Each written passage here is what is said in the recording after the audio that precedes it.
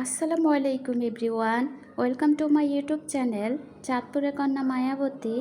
যে যেখান থেকে দেখছেন আশা করি ভালো আছেন। আলহামদুলিল্লাহ আমিও ভালো আছি। আজকে আরেকটি ভিডিও নিয়ে আসলাম আপনাদের মাঝে। আজকে যেহেতু শুক্রবার, তো এত রান্নার তাড়াহুড়া নাই, এ কারণে চলে আসলাম ছাদে। হাজব্যান্ড ওয়াইফ বাচ্চারা সবাই একটু ছাদের সময় কাটাইতেছি। আর আমার হাজব্যান্ড এই দিক দিয়ে স্ট্রবেরির চারাগুলা সব ঠিকঠাক করতেছে। আর কতগুলা মাটি ছিল, এগুলার উপরে এখন ধনিয়ার বিছে আর কি ফেলে দিছে। সবসময় আমরা শীতকাল আসলে এভাবেই ফেলে দেই, তো অনেক দিন আর কি খাওয়া যায়, বাজার থেকে আর কিনা লাগে না। আসলে কষ্ট করলে না যে কোনো জিনিসই পাওয়া যায়। তো এই যে ছাদে যে গাছের পরিচর্যা, এগুলো অনেক কষ্টের বিষয়। আবার কষ্ট করতে করতে না যখন গাছে ফল দেখা যায় তখন আর এত একটা খারাপ লাগে না, তখন মনটা এমনিতেই ভরে যায়। তো এই তো ছাদ থেকে চলে আসলাম রান্না করার জন্য। এখন চা বসিয়ে দিছি। আর সকালবেলা এক কাপ চা মানে তো অন্য কিছু আর কিছুই লাগে না আমার কাছে। আজকে আর বাসায় নাস্তা বানাই না। আজকে যেহেতু শুক্রবার, তো বাজার থেকে নাস্তা আনাইছি।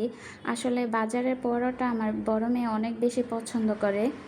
তো সব সময় তো খাওয়া হয় না, একটু হিসাব করেও খাওয়া হয় না যে বাজার থেকে আনবো, তার চেয়ে বরং ঘরে রুটি বানাই। এ কারণে তেমন একটা আনা হয় না। আর সকালবেলা দেখা গেছে কার হাতে আনাবো পরোটা, এ কারণে বেশিরভাগই আনা হয় না। আমার যেহেতু কেউ নাই এনে দেওয়ার জন্য, আর আমার হাজব্যান্ড এত তাড়াতাড়ি বাজারে যায়ও না, এ কারণেই আনা হয় না। তো আজকে শুক্রবার, মেয়ের আবদারটাও রাখলাম, পরোটা নিয়ে আসলাম বাজার থেকে। সবাই মিলে নাস্তা শেষ করে এখন চলে আসলাম রান্না করার জন্য দুপুরে। শুক্রবার হলেই না মানে আমরা মনে হয় ওয়েট করি একটু ভালো মন্দ খাওয়ার জন্য। আর বাচ্চারাও সপ্তাহে একটা দিন ওয়েট করে থাকে যে হয়তো বা আম্মু কিছু ভালো একটা রান্না করবে। আমরা যেহেতু মধ্যবিত্ত ফ্যামিলি থেকে বিলং করি, তো প্রতিদিন আসলে রান্না সম্ভব না মাংস। আর এখন তো ব্রয়লার মুরগির দাম অনেক বেশি। আর গরুর মাংস সেটা তো এখন স্বপ্নেই থাকে মধ্যবিত্তদের। তো আজকে একটু গরুর মাংস রান্না করব। মাটির চুলায় গরুর মাংস আসলে অন্যরকম একটা টেস্ট হয়। মাটির চুলায় যদিও রান্না করা অনেক কষ্ট, কিন্তু মাটির চুলার রান্নাটাই সবচেয়ে বেশি মজা লাগে। তো আমি এখন ভালো করে কষিয়ে নেব গরুর মাংসগুলো। আমি না বিভিন্ন ভিডিওতে মাঝে মাঝে কমেন্ট পাই যে আপু একটু জোরে বলো, একটু জোরে বলো।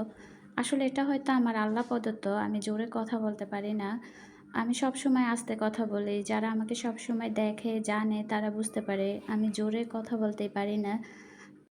কেন জানি জোরে কথা বলতে গেলে আমার মানে কণ্ঠে প্রবলেম হয়। আর জোরে কথা বলতেও পারি না। আমার কাছ থেকে হয়তো আমার মেয়েরাও এই জিনিসটা পেয়েছে। আমার মেয়েরাও আস্তে আস্তে কথা বলে।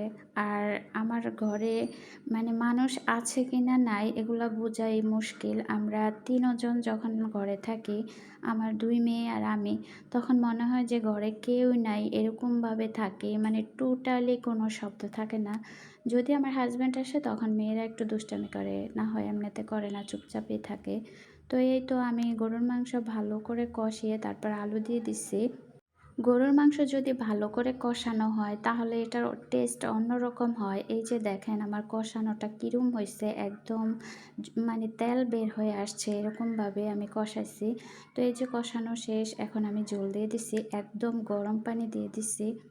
আমি যখন মাংস রান্না করি তখন কিন্তু আমি অনেক তেল কম ইউজ করি, কারণ মাংস কষতে কষতে না এমনিই মাংস থেকে তেল বের হয়ে যায়।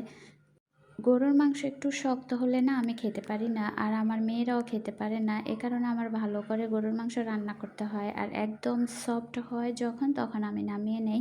তো এই তো এখন আমার মাংস প্রায় হয়ে আসছে। এখন জিরার গুঁড়া, ধনিয়ার গুঁড়া, গোলমরিচের গুঁড়া আর রাঁধুনির গরম মশলার গুঁড়া আমি ইউজ করি সব সময়। মুরগির মাংস হোক, গরুর মাংস হোক, যদি রান্না করি তাহলে মানে অন্যরকম একটা টেস্ট হয় আর একটা ফ্লেভারও আসে।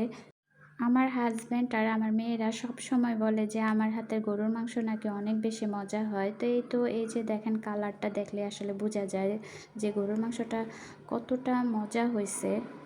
তো গরুর মাংসটা যখন একদম ভালোভাবে হয়ে আসছে তখন কিন্তু আমি নামিয়ে নিচ্ছি। আর গরুর মাংস নামানোর পরে আমি কিন্তু আবার পরে গরম চুলার উপরে রেখে দিছি। এতে করে আমার তরকারিটা গরমও ছিল, তারপরে আবার মানে মাংসগুলো আরও বেশি সফট হয়েছে। মাটির চুলার এটাই সবচাইতে বেশি ভালো লাগে। গ্যাসে রান্না করলে তো দেখা যায় যে মানে গ্যাস বন্ধ করে ফেললে তরকারিও আস্তে আস্তে ঠান্ডা হয়ে যায়, কিন্তু গরম চুলার উপরে যদি মাটির গরম চুলার উপরে রেখে দেওয়া হয় তরকারি, তাহলে এটা আরও গরম থাকে আর তরকারিটা আরও বেশি মজা লাগে। তো এই তো এদিক দিয়ে আমি বরবটি আর আলু একটু ভাজি করে নিচ্ছি, যেহেতু আমার দোকানের স্টাফ আছে ওনাকে তো আর এক ফোঁট দিয়ে খাবার দেওয়া যায় না, আসলে আমার কাছে ভালো লাগে না। তো এই কারণে সবসময় আমি দেখা গেছে একটা তরকারি রান্না করি আর একটা ভাজি রাখি। তো এই তো এদিক দিয়ে আমি আর হয়ে গেছে, আমি একটু ধনিয়া পাতা দিয়ে দিচ্ছি। আসলে ছাদে যেহেতু এখন অনেক ধনিয়া পাতা আছে, তো এই কারণে আস্তে আস্তে খেয়ে ফেলতেছি। আর অনেক দিন থাকলে দেখা যায় যে নষ্ট হয়ে যায়। তো একদিক দিয়ে রান্না করতেছি আর একদিক দিয়ে আবার বাচ্চাদের জন্য একটু ফল কেটে দিচ্ছি। আমার গাছের ফল এগুলা, আমার গাছের মালটা অনেক বেশি মানে মিষ্টি, আলহামদুলিল্লাহ যে খাইছে সেই বলতেছে যে এত বেশি মিষ্টি হয় গাছের মালটা। তো এই তো আমার ভাজিটা কিন্তু এই দিক দিয়ে হয়ে গেছে অনেকটাই। আমি আজকে অনেক তাড়াহুড়া করে রান্না করছি। আবার পরের ভিডিওতে আপনাদের সাথে দেখাবো আমি কি কি কাজ করছি। যেহেতু এই ভিডিওটা বড় হয়ে যায় এ কারণে আর এত লং করি না। তো এই তো এদিক দিয়ে আবার ডিম আর আলু সিদ্ধ করতেছি। ডিমের চপ বানাবো এই কারণে। তো এই পর্যন্তই। আপনারা যারা যারা সবসময় আমার ভিডিও দেখেন তাদেরকে অসংখ্য ধন্যবাদ। অবশ্যই আমার ভিডিও দেখে লাইক এবং কমেন্ট করবেন। আর যারা নতুন নতুন আমার চ্যানেলে আসেন তারা অবশ্যই চ্যানেলটা সাবস্ক্রাইব করে পাশে থাকবেন। তো এই পর্যন্তই। আল্লাহ হাফেজ। সবাই দোয়া করবেন।